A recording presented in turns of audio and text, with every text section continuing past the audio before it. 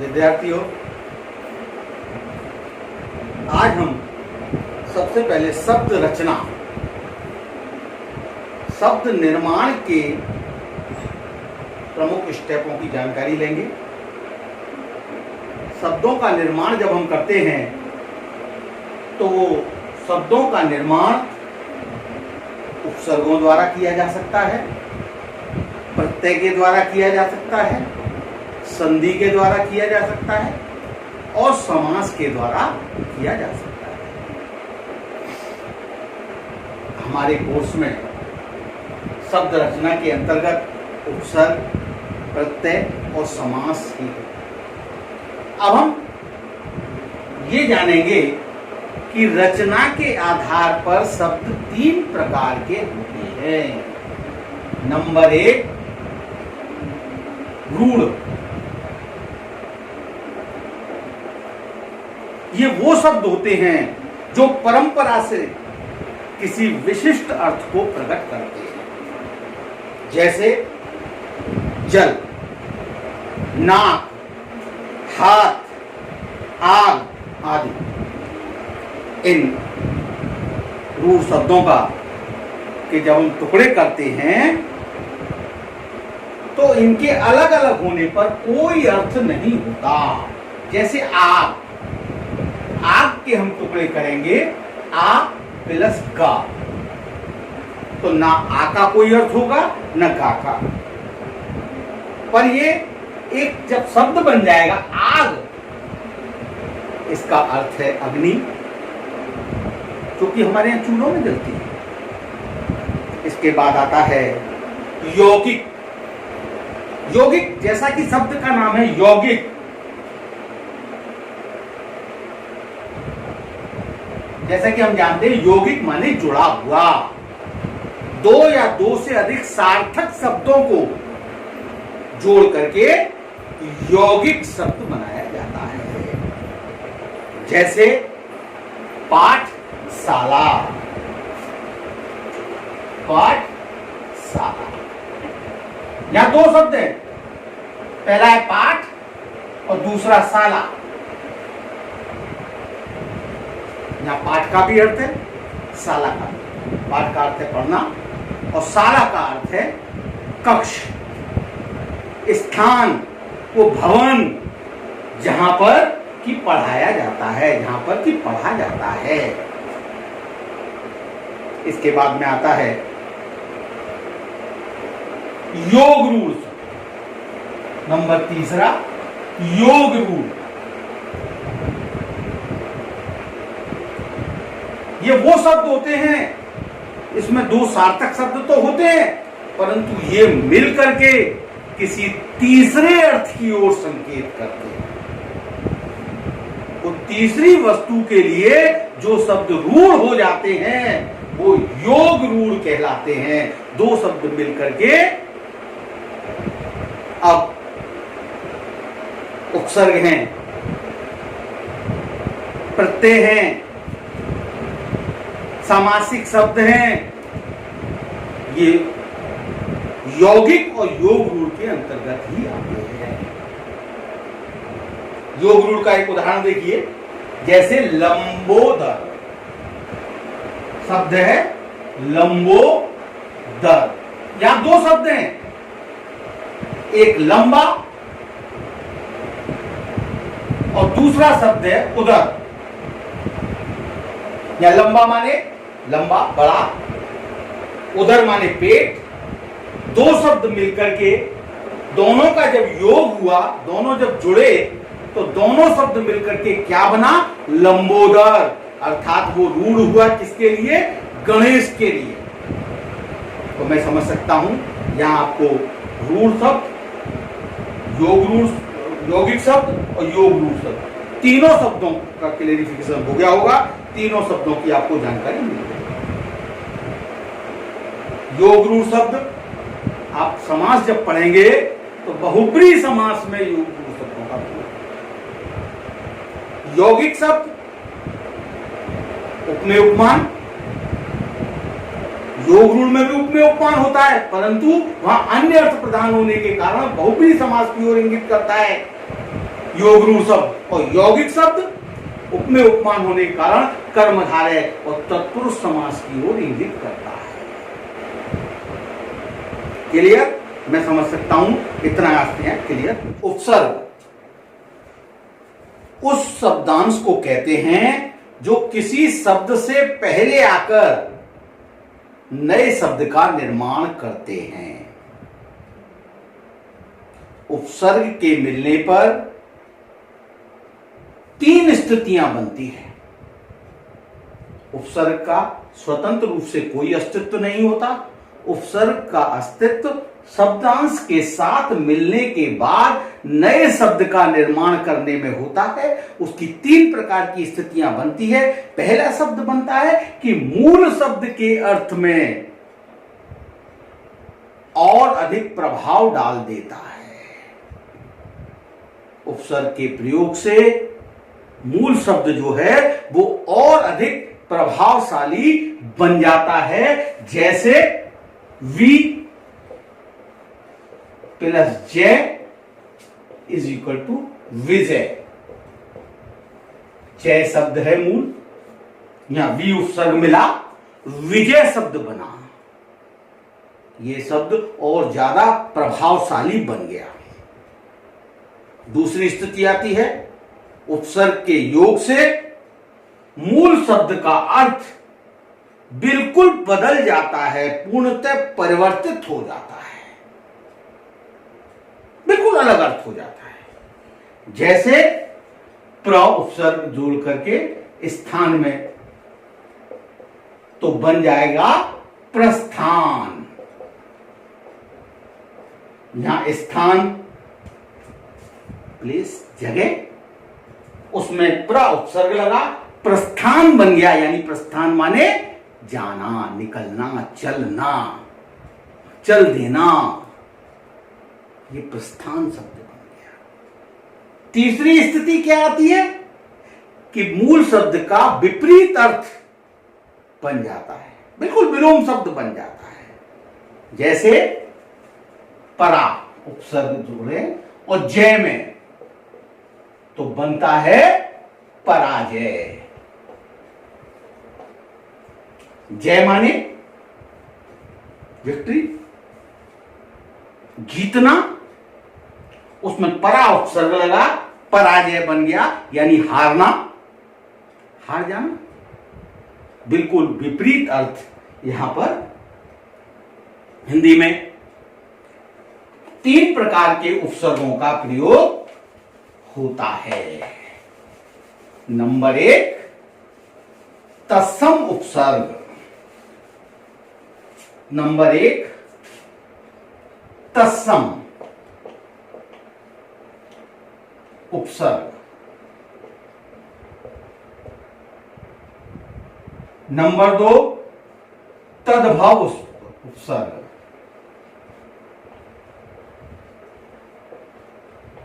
और नंबर 3 आगत उपसर्ग।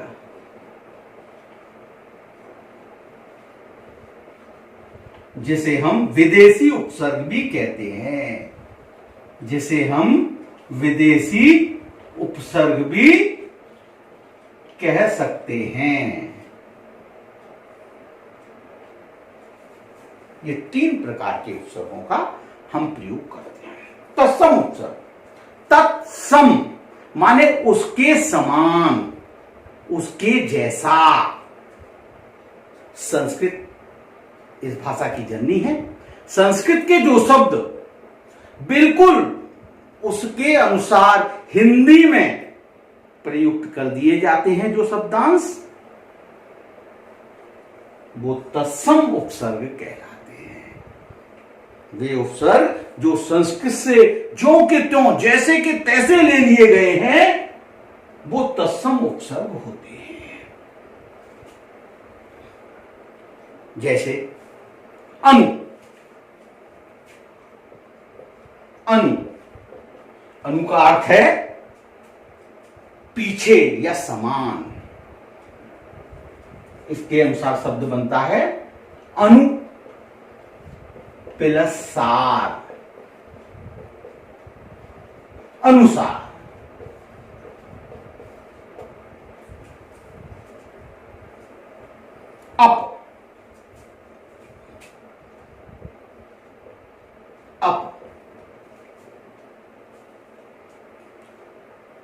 यस में अगर अप जोड़ दें तो अप यस बन जाता है। अप प्लस यस इज इक्वल टू अप यस। ये सारे तत्सम उपसर्ग हैं। अभी अगर मान में अभी जोड़ दिया जाए तो अभिमान बन जाता है। अभी अभी में बना अभिमान। अब गुण में अगर अब जोड़ दिया जाए तो अवगुण बन जाता है। अव में अब अगर गुण में जोड़ दिया जाए तो अवगुण बन जाता है। अधि कार शब्द में यदि अधि उपसर्ग को जोड़ दिया जाए तो अधिकार शब्द बन जाता है। अधि ये सारे तत्सम उपसर्ग हैं, संस्कृत से आए हुए हैं। अधि आ जन्म में अगर आ जोड़ दिया जाए तो आजन्म। उत कर्ष में उत जोड़ दिया जाए तो उत्कर्ष। उत्कर्ष ऐसे ही उप वी परि परा निर दुर अति अधि वी निस प्र प्रति सम और दुस। ये संस्कृत के तत्सम उपसर्ग हैं। इसके बाद में आता है तद्भाव। तद्भाव माने उसके अनुरूप होना। जो हिंदी के अनुरूप, संस्कृत के तो शब्द हैं परंतु हिंदी की ध्वनि के अनुरूप जिसमें थोड़ा बहुत परिवर्तन कर दिया गया है वे तद्भव उपसर्ग कहलाते हैं। तद्भव माने होना, उसके अनुसार होना। हिंदी के अनुसार जो उपसर्ग हो चुके हैं, हो गए हैं, उनको तद्भव उपसर्ग कहते हैं। जैसे अध, अध ये तद्भव उपसर्ग है। अध अध प्लस मरा इज इक्वल टू अधमरा।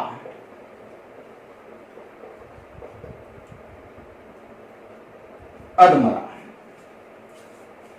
सु सुजन सुपुत्र। सु सुजन सुपुत्र। भर भरपेट भरपूर। पर बिन नी दू चौ क कु औ औ जिसको औ जैसे अवगुण, शुद्ध रूप से अवगुण भी कहते हैं। अवगुण। अन अनपढ़। अब यहां एक चीज ध्यान रखना है, अन्न दो प्रकार, अन्न दो हैं। अन्न जो है वो दो होते हैं, एक तत्सम और एक तद्भव। तत्सम अन्न ये और तद्भव अन्न ये होता है। अब ये कैसे पहचाना जाएगा? अनर्थ। अब अनर्थ शब्द में कौन सा उपसर्ग है ये हमें पता करना है। तो अनर्थ शब्द में जब हम इसके टुकड़े करते हैं तो निकल के आता है अन प्लस अर्थ। तो यहां पर अन उपसर्ग आएगा। संस्कृत का तत्सम अन इसका उपसर्ग है। ये वाला अन नहीं होगा। क्यों नहीं होगा? क्योंकि अन को जब हम अर्थ में मिलाते हैं, अन प्लस अर्थ बराबर अकस्वर्णे दीर्घो। अकश्रवणे दीर्घो, दोनों आ मिलकर के दीर्घ बन जाएगा, अनार्थ हो जाएगा। अतः ये गलत है। ये हमें पहचानना होगा। तत्सम अन और तद्भव, यहां तद्भव अन की बात है जो कि अनजान में आता है। शब्द होता है उसका क्या? अनजान।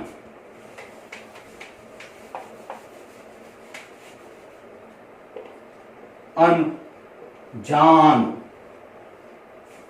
अनजाना, अनपढ़, अनहोनी।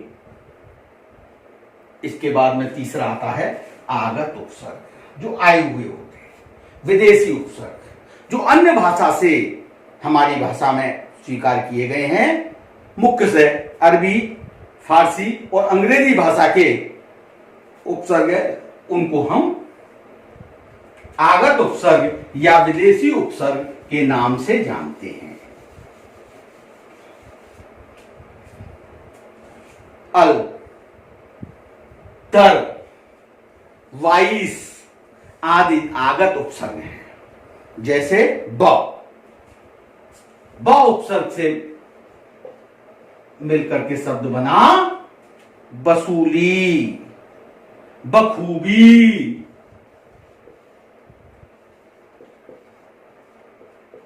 बखूबी,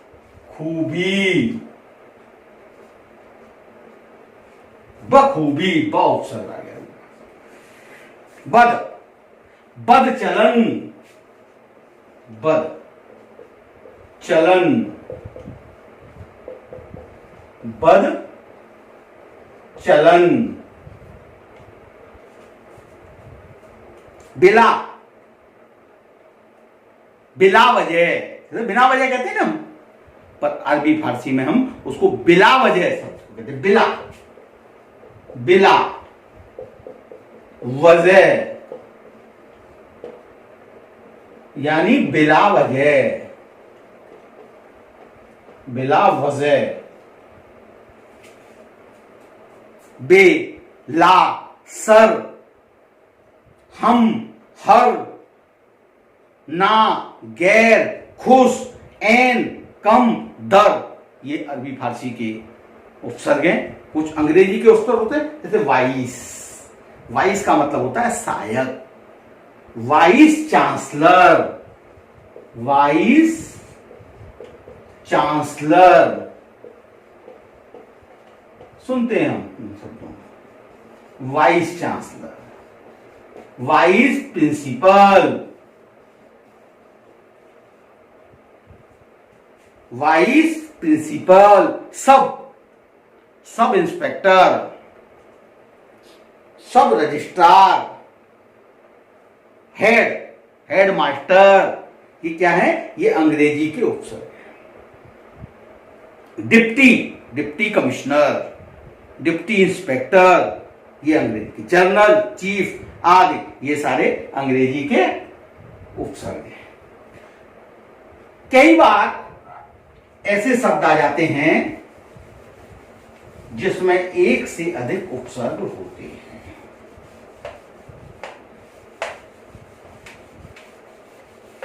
खाली शब्द का निर्माण एक उपसर्ग से नहीं होता, एक से अधिक कई उपसर्गों से शब्द का निर्माण हो जाता है। जैसे व्याकरण, व्याकरण, इसमें है वी उपसर्ग, आ उपसर्ग प्लस करण। यहां दो उपसर्ग के योग से यह शब्द बना है व्याकरण। प्रत्याघात, प्रत्याघात,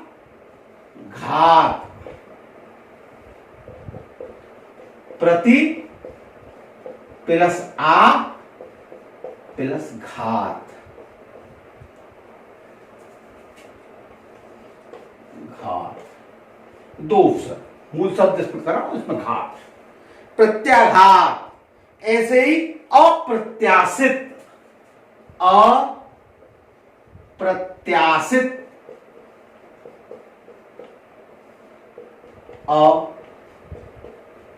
प्रति आ प्लस सित, यहां पर 1 2 3 उपसर्ग मिलकर के एक नए शब्द का निर्माण हुआ है, अप्रत्याशित। इसी प्रकार से अन्य बहुत सारे ऐसे शब्द हैं जहां एक से अधिक उपसर्ग होते हैं। हमें सिर्फ ये जान लेना है कि उपसर्ग होते कौन कौन से हैं। सारे उपसर्गों को अपनी पुस्तक के माध्यम से हम एक बार याद कर लेंगे। उसके बाद हमें मूल शब्द और उपसर्ग निकालने में कोई परेशानी नहीं होगी। बस आज इतना ही। Thank you very much.